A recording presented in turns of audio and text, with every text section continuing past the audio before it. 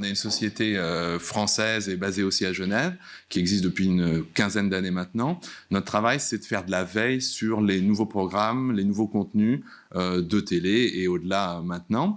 Le principe, c'est qu'on a un réseau de correspondants dans le monde qui suivent tous les nouveaux programmes, qui nous informent et qui nourrissent chez nous. Tous les jours, on doit nourrir une base de données énorme Vous voulez que je le rallume maintenant ? Oui.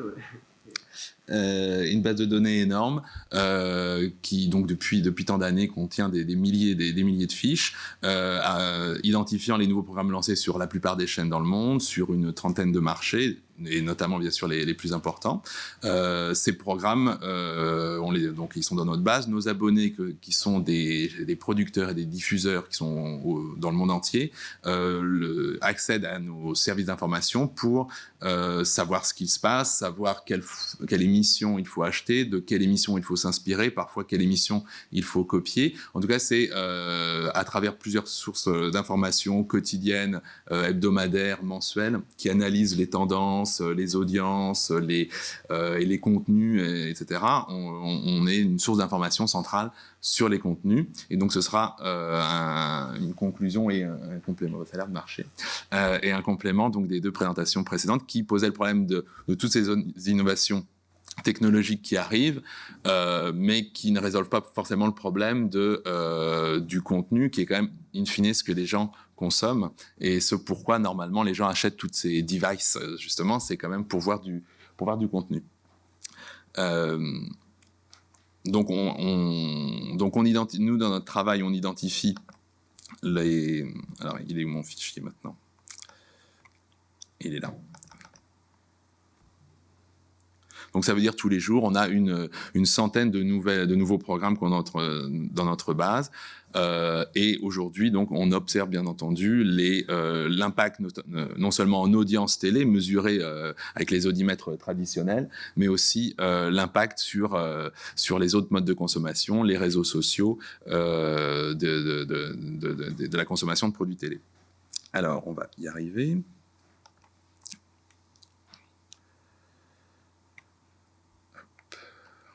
Il est ouf. Bon. Voilà.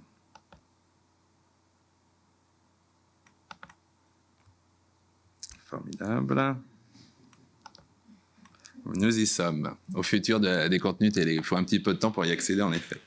Alors, on va regarder en 3 pistes et 3 exemples ce que ça peut être et ce que c'est déjà pour certains diffuseurs qui essayent soit de chercher ce que ce sera demain, ou soit dès aujourd'hui de capter des audiences, soit de générer des revenus supplémentaires. Première piste qu'on va voir, c'est le fameux transmédia. C'est un mot transmédia, cross-média. Ça veut dire en fait essayer de créer des contenus qui soient regardables, consommables sur des supports différents. Donc avoir l'ordinateur sur les genoux et regarder la télévision en même temps dans le meilleur des cas, ou alors des choses plus compliquées. Le social media, parce que donc pour le défi pour les chaînes et les producteurs, c'est qu'il y a une audience énorme qui est sur ces réseaux sociaux qui, si elle n'échappe pas à la télévision, en tout cas peut devenir concurrente. Donc comment se servir de cette audience pour augmenter l'audience du programme télé, augmenter l'audience au final d'un contenu, quel qu'il soit, d'un contenu télé. Et le social gaming, parce que justement, vous connaissez sûrement tous ces jeux sociaux, Farmville, Cityville, etc. C'est quand même dans le 50 millions dans le monde d'utilisateurs mensuels réguliers. Donc c'est une audience énorme, et ça, les chaînes de télévision, ça les intéresse. Et donc elles essayent parfois de décliner sur Facebook leurs propriétés intellectuelles, leurs jeux. Donc premier type d'essai, parce que dans l'exemple que je vais vous montrer, on est dans le domaine de l'essai, le transmédia. Donc c'est la problématique d'une chaîne allemande, chaîne publique allemande, la deuxième chaîne publique allemande, ZDF, qui est une chaîne qui a une audience, comme beaucoup de chaînes publiques, une audience très, très âgée, qui ne touche pas vraiment les jeunes. Et ils se sont posé la question, comment on peut faire pour essayer d'attirer les jeunes, leur parler, ou en tout cas essayer des choses à l'égard de cette nouvelle cible. Donc ils ont récemment créé un téléfilm qui s'appelait donc Verrettet Dina Fox, qui était un téléfilm policier qui racontait, en tant que téléfilm de base, l'histoire d'une jeune militante pour la protection des données personnelles qui est accusée de meurtre. Ça, c'est un téléfilm qui a été diffusé un soir, tard, sur la ZDF. qui a eu une audience assez modeste, 670 000 téléspectateurs, et après 260 000 téléspectateurs quand ça a été rediffusé. Donc c'est un téléfilm qui n'a pas fait particulièrement d'événements, mais ce qui était intéressant pour la ZDF, c'était de voir comment on pouvait, en diffusant le contenu autour de cette marque, enfin de ce produit Verrated Dynafox, comment on pouvait essayer d'attirer des gens différents à des moments différents. Donc en fait, avant même la diffusion du téléfilm, le 20 avril dernier sur ZDF, il y avait eu une sorte d'échauffement sur le web, puisqu'il y avait déjà un site web qui était créé pour ce téléfilm, et où il y avait des informations sur des personnages et sur le principe même de l'opération.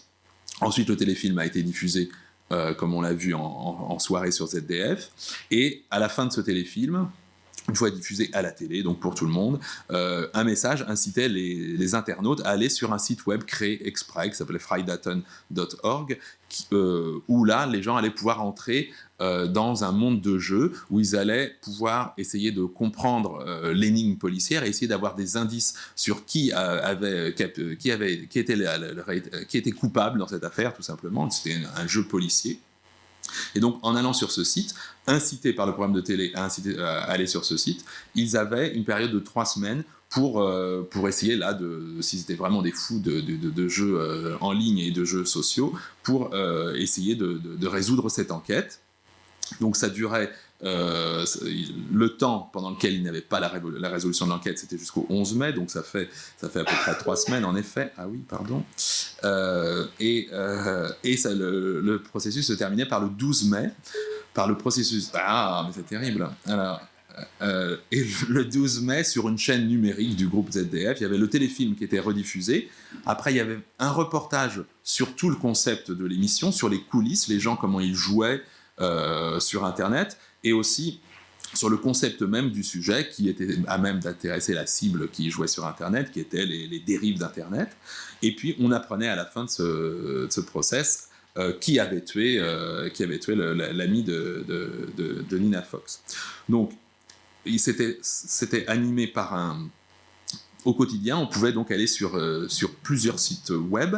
Le principal, comme je l'ai cité, c'était frydaton.org, où là, on pouvait trouver des informations. On voit la box Twitter, on pouvait trouver des commentaires, donc de gens qui jouaient comme vous à ce jeu et qui avaient peut-être des indices à partager.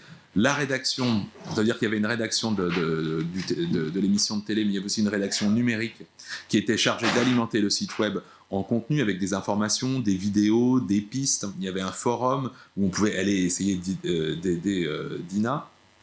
Donc il y avait tout un dispositif qui permettait de rentrer dans la partie et de communiquer avec les joueurs qui jouaient avec vous.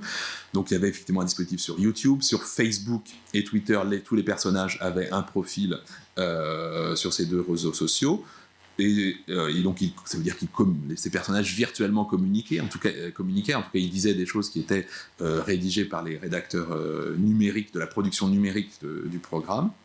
Et même sur le site de la ZDF, donc de la chaîne publique allemande, il y avait des faux reportages dans le site du journal télévisé qui étaient mis en ligne et qui parlaient de cette affaire. Donc au total, parce que c'est les chiffres finalement qui comptent pour ZDF, surtout qu'on est dans le domaine d'une expérience, le but c'est pas de faire un carton énorme.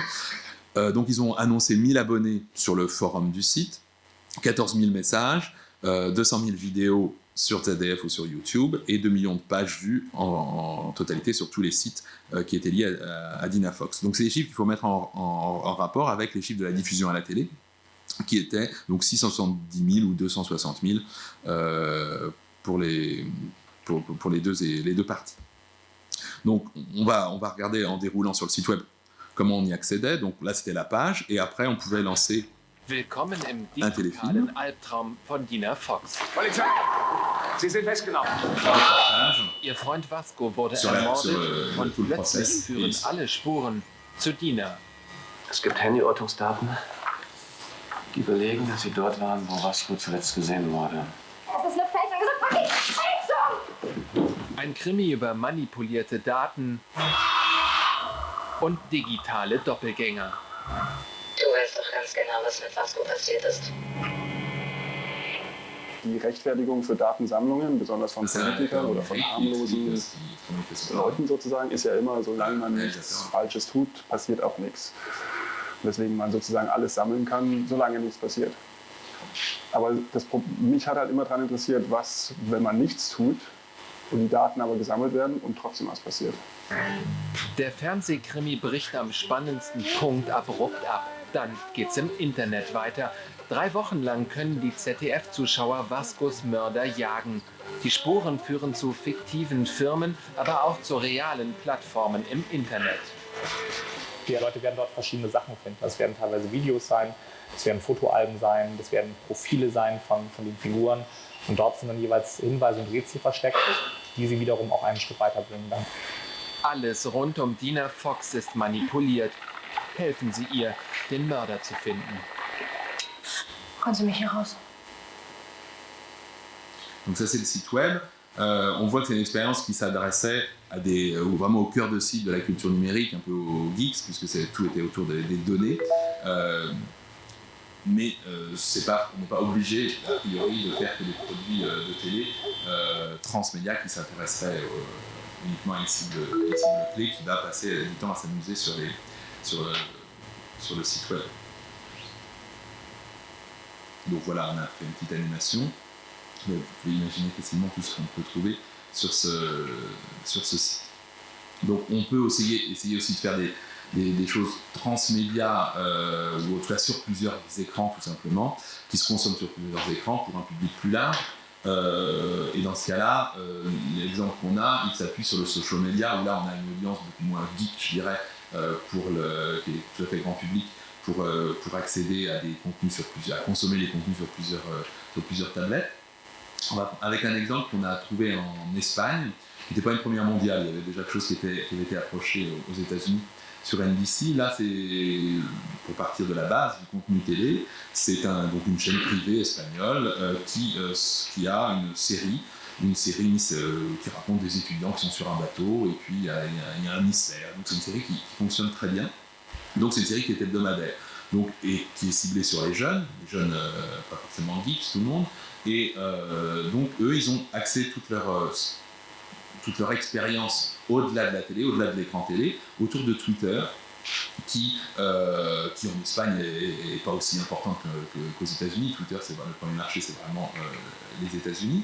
Mais donc ils ont fait ça en mois de mai dernier, en créant des Twitter Studios, donc des Twitter Zod, des épisodes Twitter, qui ne sont pas malheureusement des épisodes vidéo qu'on pourrait visionner sur Twitter, mais qui sont un moyen entre 2 diffusions télé, c'est-à-dire la série est hebdomadaire, donc entre 2 épisodes pendant la semaine, et à partir de la diffusion, pour animer la communauté des fans qui suivent cette série.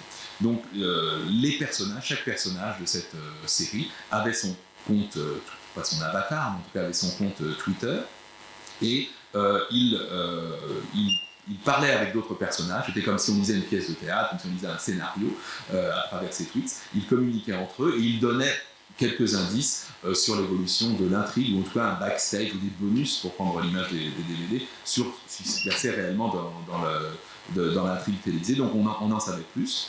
Et les fans également, bien entendu, pouvaient communiquer, s'abonner donc au fil de ces Twitter de ces personnages, et pouvaient communiquer en théorie donc avec ces personnages, pas nécessairement avec les acteurs, mais avec les personnages, et donc les gens qui écrivaient le texte de ces personnages. Twitter, donc ça permettait de fidéliser, de garder le lien toute la semaine, quand il n'y avait pas la diffusion télé, donc quelque part d'aller vers cette expérience en continu dont on parlait tout à l'heure. Et Twitter donnait aussi un plus, c'était un plus, comme on récompensait un peu le consommateur de Twitter d'aller sur Twitter.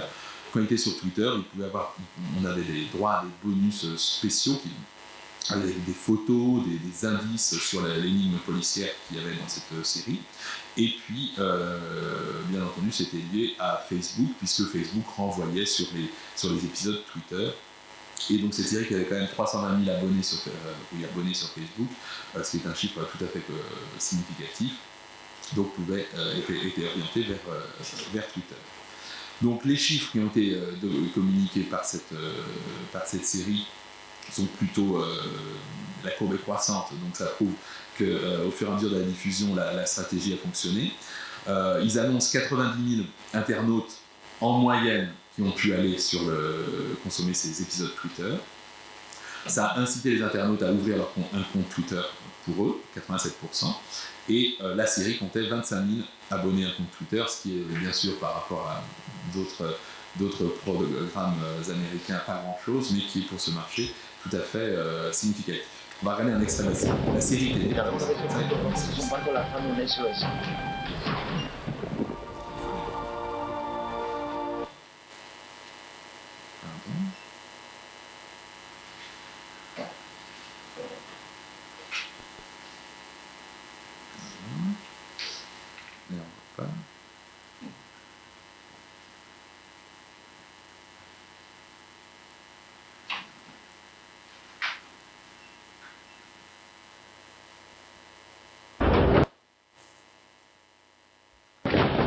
Cada uno de esos puntos rojos es un barco lanzando un SOS.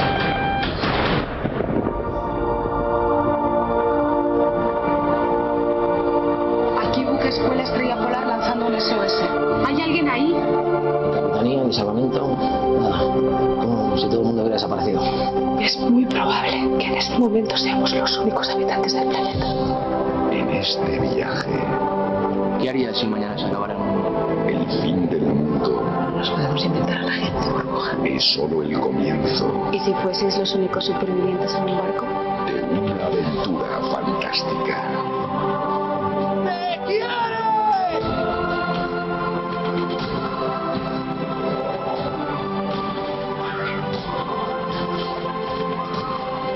Me parece que se les olvida algo. Y es que estamos vivos. El barco.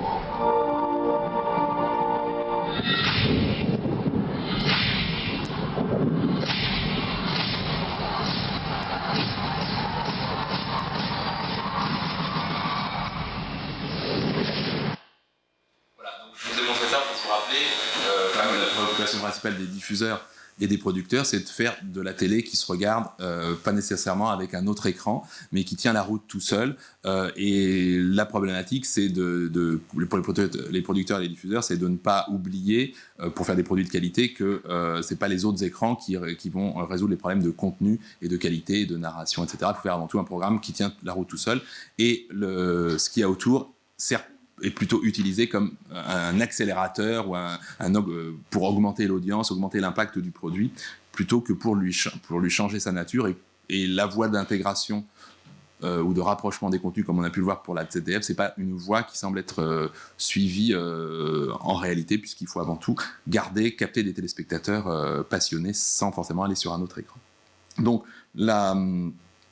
ce qui nous amène à la phase suivante, le social media. Les chaînes de télé s'aperçoivent qu'il y a une audience énorme donc sur Facebook. Tous ces jeunes consultent forcément Facebook ou de plus en plus, ou Twitter, ou tout ce que vous voulez, en regardant la télévision, que effectivement malgré tout, tous ces jeunes ne sont pas capables de regarder la télévision sans faire autre chose en même temps.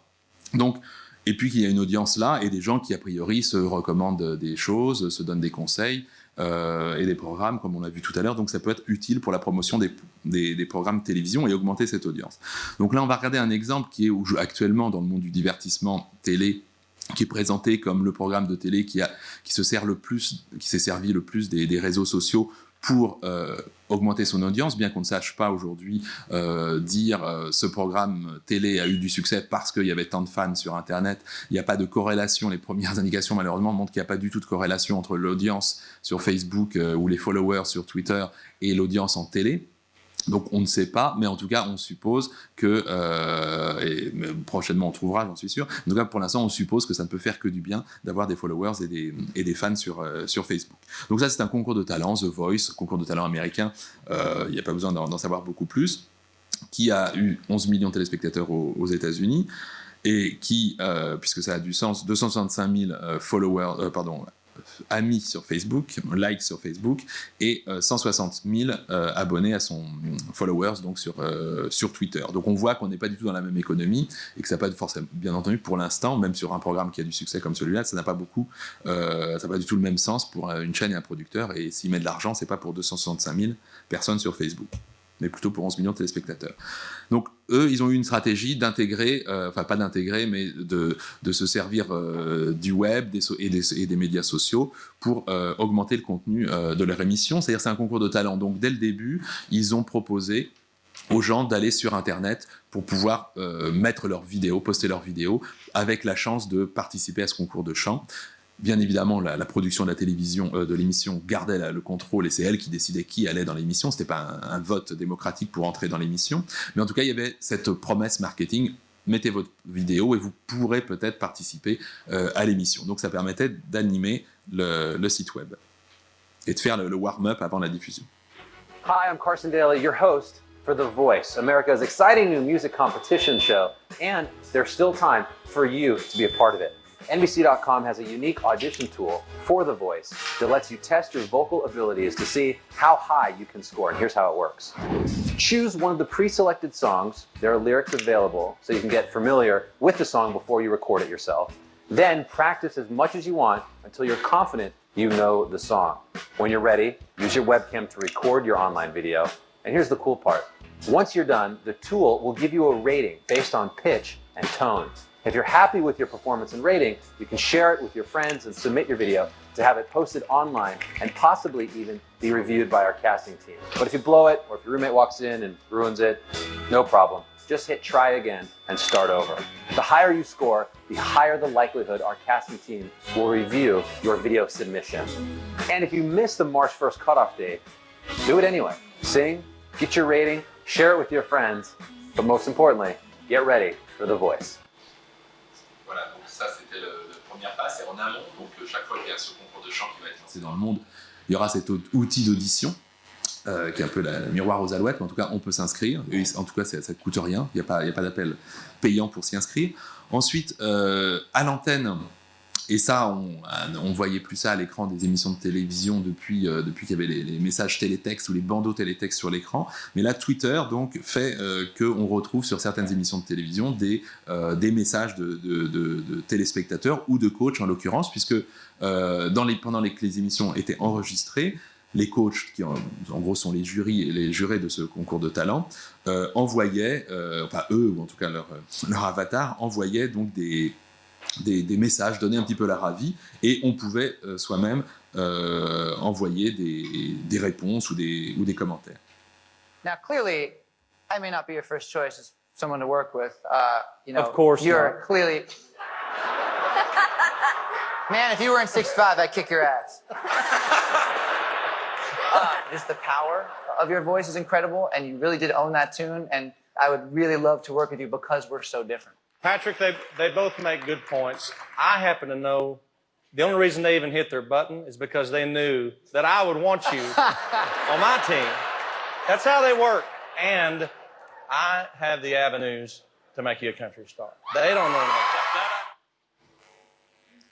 Alors, autre preuve vous parliez tout à l'heure pour la RTS tout à l'heure de l'investissement qu'il fallait effectivement pour animer quand même tous ces fans et ces réseaux sociaux. Donc, pour cette émission, donc ils sont allés jusqu'à créer un poste carrément, une vie reporter, vie comme c'est le titre de l'émission. The Voice. Donc sur le site web, il y avait donc une reporter qui postait tous les jours des articles, elle a un compte Twitter, elle a un compte Facebook, donc ça faisait beaucoup de choses à alimenter. Et pendant les émissions en direct, elle prenait place dans la V-Room, qui était une sorte de la pièce des réseaux sociaux, donc visible à l'écran. Un petit peu dans les émissions jadis, il y avait la pièce où on recevait les appels téléphoniques, le standard. Et bien là, maintenant, il y a la pièce réseaux sociaux. Et vous allez voir que dans cette pièce, donc il y a donc cette reporter qui reçoit aussi les candidats à ce concours de talent, et ces candidats vont devoir, ça fait partie de un peu de leur mission, de répondre aux tweets, à tous les messages. Et comme ce sont des candidats à un concours de talent, plus ils animent eux-mêmes leur communauté de fans, plus ils ont peut-être de chances de gagner ce concours. Well, before we get to our first artist, we at The Voice are really proud to be the most digitally integrated show on TV. That means that you can vote for your favorite artist by calling, voting online. You can also vote by downloading your favorite artist's individual performances on iTunes. So voting will open at the end of the show. And at the center of our social media is V correspondent Allison Hayslip in our brand new V Room, brought to you by Sprint. Allison, how's it going in the V-Room? Hey, Carson. Hey, everyone. I gotta let you guys know Twitter is blowing up right now. Our very own Adam Levine is trending worldwide because of his sick guitar solo during the Queen medley. Amazing. So proud of you fans out there. And can we check out my new digs? This is the V-Room. This is where viewers can connect live right here, right now, with teams Blake and Christina in so many different ways. First, let's talk Twitter. You can tweet the artists directly at their personal Twitter handles. Just go to @NBCTheVoice/artists, and all the artists are listed there. So hit them up with your questions and comments, and make sure to include in your tweet #TheVoice. You're getting a direct line to these guys. Or you can post your comments on The Voice Facebook page and online at NBC.com/TheVoice. The artists will be here throughout the show, answer your burning questions. The coaches will be responding as well. So stay connected. Back to you, Carson. Wow, very impressive. Thank you, Allison. All right. Voilà, sympathique. Donc par ailleurs plus classiques, évidemment, il y a des sondages sur Facebook qui sont proposés régulièrement. Mais ce sont par rapport à d'autres process, là, le sondage sur Facebook de popularité n'a pas d'influence sur l'émission de télé. Encore une fois, on est quand même dans cette logique relativement parallèle, c'est-à-dire le réseau social, il nourrit, il augmente, etc., le programme de télé, mais il n'a pas d'impact nécessairement sur le contenu. C'est plus un outil de résonance. L'endroit où il y a une espèce de croisement, en revanche, c'est là où c'est l'endroit où il y a une espèce de business qui peut se créer. C'est un concours de chant, donc ce sont des jeunes chanteurs. Et ce qui était nouveau cette fois-ci, c'est qu'on pouvait voter en achetant. Parce qu'avant, on votait en consommant des SMS surtaxés. Et donc là, on pouvait, en achetant sur iTunes la chanson du chanteur candidat qu'on avait entendu. Donc si un achat égale un vote, ce qui est quand même le comble, c'est pas du tout la démocratie, c'est le contraire. Donc un achat égale un vote. Mais on pouvait voter également de façon classique sur le site web de l'émission. Mais ça, c'est intéressant comme intégration, non pas de contenu, mais intégration en fait de business. Et pour un concours de chant, c'était parfait.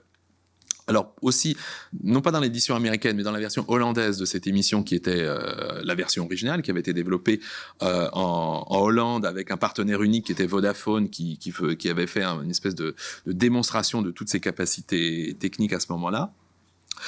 L'émission, ce concours de chant, avait proposé un live rating, et qui est une sorte un peu de rêve de beaucoup de chaînes de télé, puisque les téléspectateurs pouvaient noter en temps réel, dire s'ils aimaient ou pas la prestation des jeunes chanteurs, grâce à une application qu'ils pouvaient télécharger sur leur tablette ou sur leur ordinateur. Donc ça, c'est quelque chose qui intéresse beaucoup les chaînes de télévision, de pouvoir savoir, sur ce sujet comme sur d'autres, la réaction des téléspectateurs. On va voir la démo de la société qui a fait le programme. TheVoiceOfHolland.com, dat is de site waar je naartoe kan gaan. En je kan ons natuurlijk vanavond via social media op de hoogte houden. Vooral van wat jij vindt. Hives, Twitter, Facebook, dat ken je al. Maar vanavond nog iets anders. Je kan namelijk tijdens de optredens, dat is wel even leuk, kijk even mee. Kan je alle kandidaten een cijfer geven. En jouw cijfer is dan het blauwe cijfer. Dat kan je tijdens de optredens nog aanpassen ook. Als je iemand plotseling heel goed vindt worden. Het gemiddelde is de rode lijn. Dat is wat de rest van Nederland vindt. Wel even leuk, zo ben je helemaal interactief bezig. Nou, dat dus op onze site.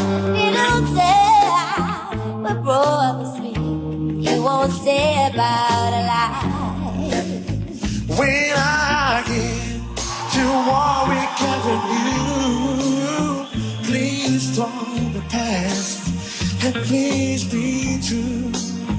Don't say we're okay just because I'm here. I'll love you so, I won't shed a tear. To make you feel my love.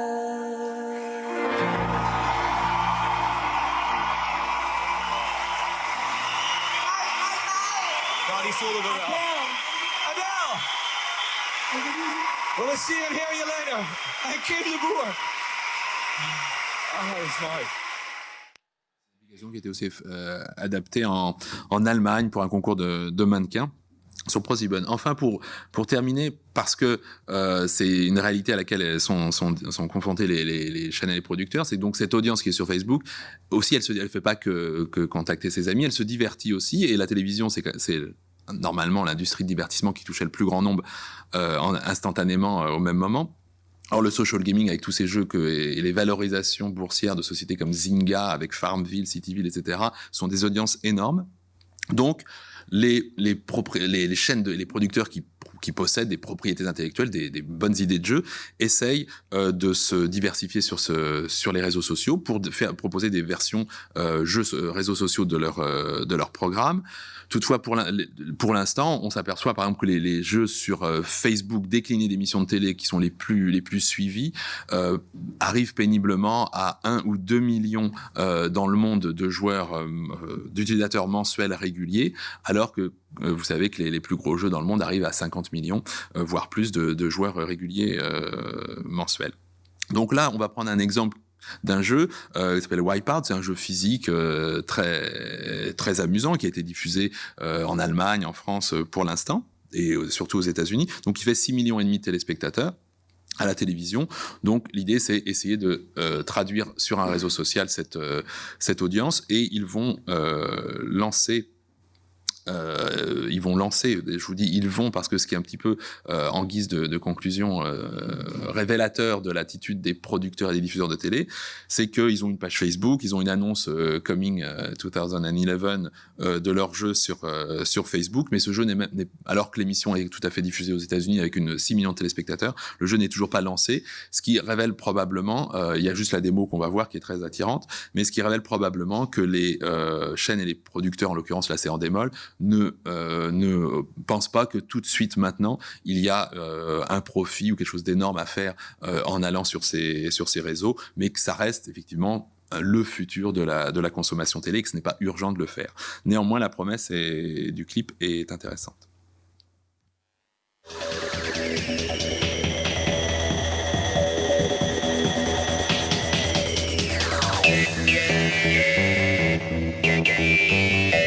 Can you beat your mates?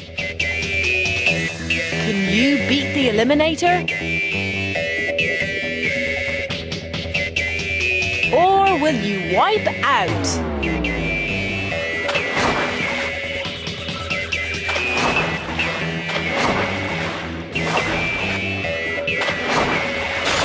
Try your hand at the most ridiculous obstacle course in the world.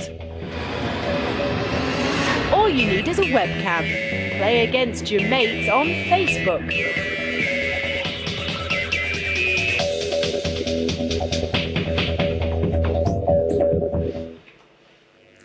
Voilà, donc c'était pour vous donner un aperçu de pistes qu'essayent les diffuseurs et les producteurs pour s'adresser à cette audience qui a des nouveaux usages, comme on l'a vu précédemment. Voilà, je vous remercie.